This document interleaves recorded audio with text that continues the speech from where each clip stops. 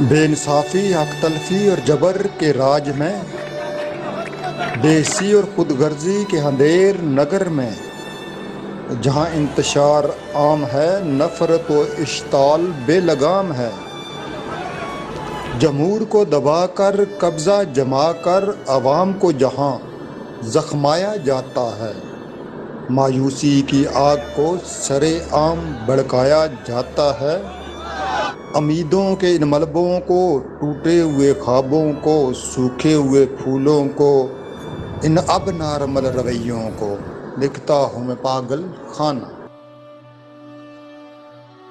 Programme پاگل خانہ کے ساتھ میں ہوں شہزاد ملک، اور اس پروگرام میں ہمارے موضوعات ہوتے ہیں بیمار سماج کے اب نارمل رویے۔ ایک دفعہ پھر ہمارے تارکین وطن کو لوٹ لیا گیا سیالکوٹ ایئرپورٹ پر، اور یہ وارداتیں جو ہیں یہ تسلسل کے ساتھ 23 سالوں سے ہو رہی ہیں، اسلام آباد ایئرپورٹ پہ بھی اور سیالکوٹ ایئرپورٹ پہ بھی، اور اس درمیان میں جتنے روڈ اور روٹس ہیں وہاں پہ ایک گینگ ہے جو پولیس کے متوازی، یہ روزانہ ایسی وارداتیں ہوتی ہیں۔ ہم اس پہ بات کریں گے۔ ہمارے ساتھ موجود ہے نوجوان جرنلسٹ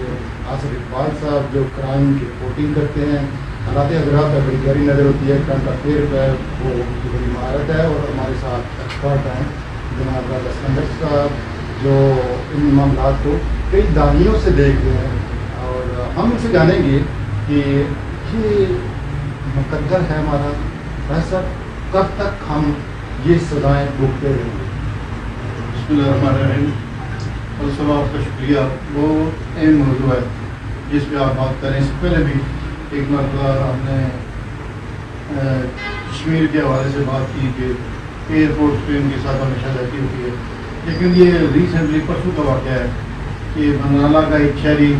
باہر سے آ رہا تھا، اس کا وہاں سے انہوں نے وہ زیور وغیرہ چھین لیا، گالم گلوچ کی اور بہت ہی بے عزت کی۔ یہ ایک دن کی بات نہیں ہے، یہ ہمیشہ سے ہو رہا ہے، اور ہمیشہ سے یہ جو ہماری ایف آئی اے اور دوسرے جو ایسے ادارے ہیں جو وہاں پہ تعینات ہوتے ہیں وہ دیکھتے ہیں کہ کوئی بھیپلی ہو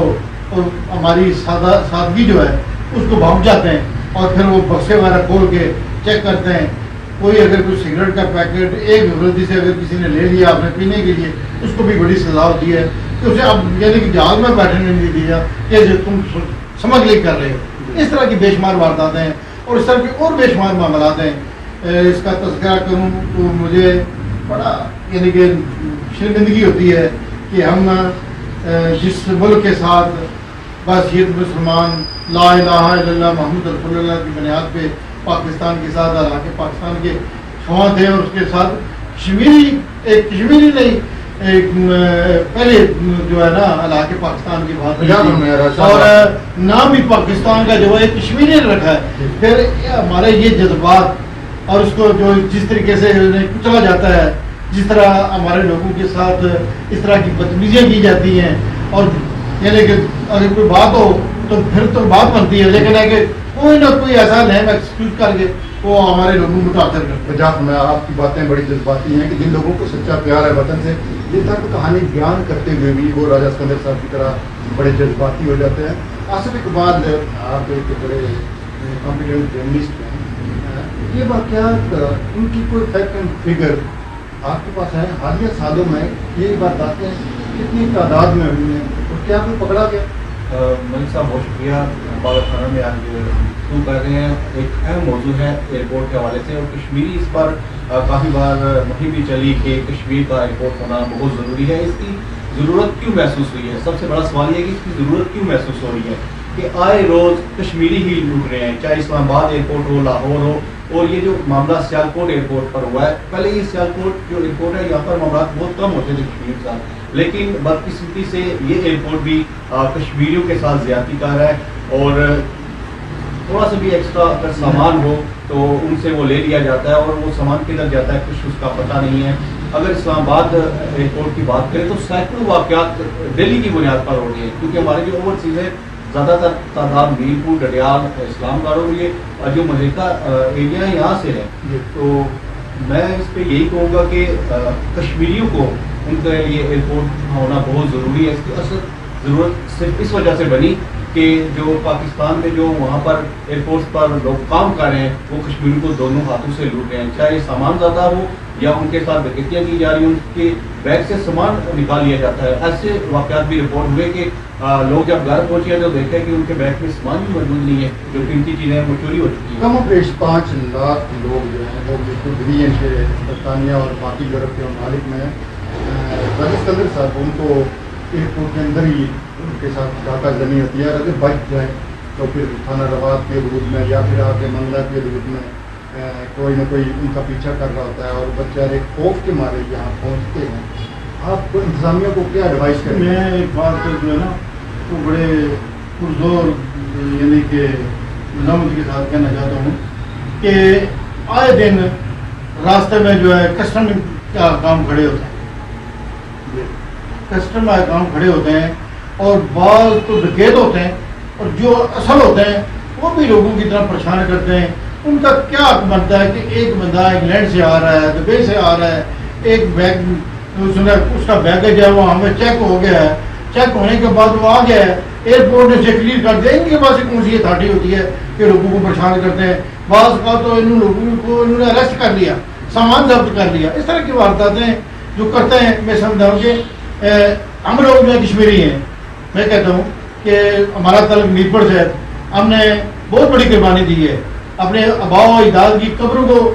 پانی میں ڈبویا، کس کے لیے؟ پاکستان کی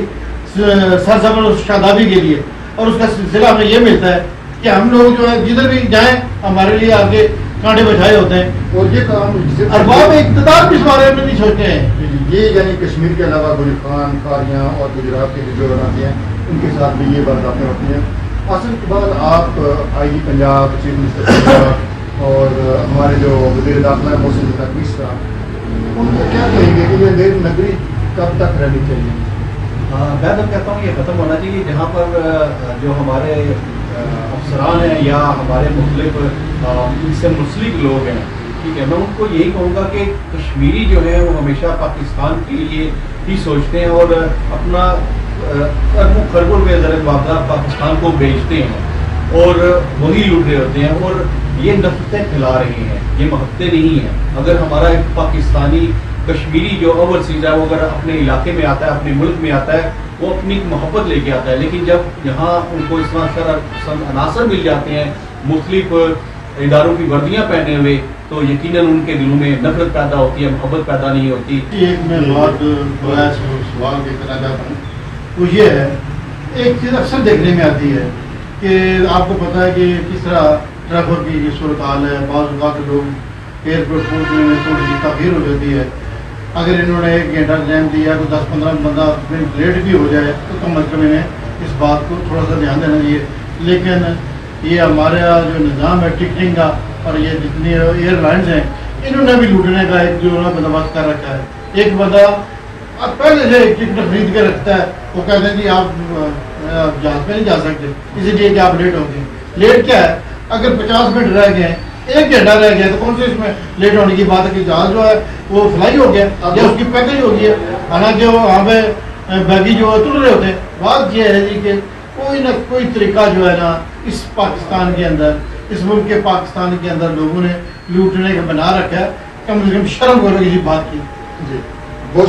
ہوش کے ناخن ہو، کن لوگوں کو لوٹ رہے ہو جو آپ کے لیے قربانیاں دے رہے ہیں، جو زرے میں بازار بھیج رہے ہیں، کروڑوں بھیجتے ہیں آپ کو، اور آپ ان کو جب ایئرپورٹ پہ آتے ہیں ان کا اس بات کا صلہ دیتے ہیں۔ جی بہت شکریہ جی راجہ اسکندر صاحب اور آصف اقبال صاحب۔ آپ میں بس یہی کہنا ہے ایس ایچ او صاحبان سے، جو مطلب ایس ایچ او صاحبان ہیں جو اعلیٰ پولیس افسران ہیں، ان سے ایک ریکویسٹ ہے، آنکھ بند کی ریکویسٹ ہے کہ اگر آپ خود شریک واردات نہیں ہیں تو ان وارداتوں میں کچھ تو کمی آنی چاہیے۔ پروگرام پاکر خانہ سے شہزاد ملک کو دیجیے اجازت، اللہ نے کے بعد۔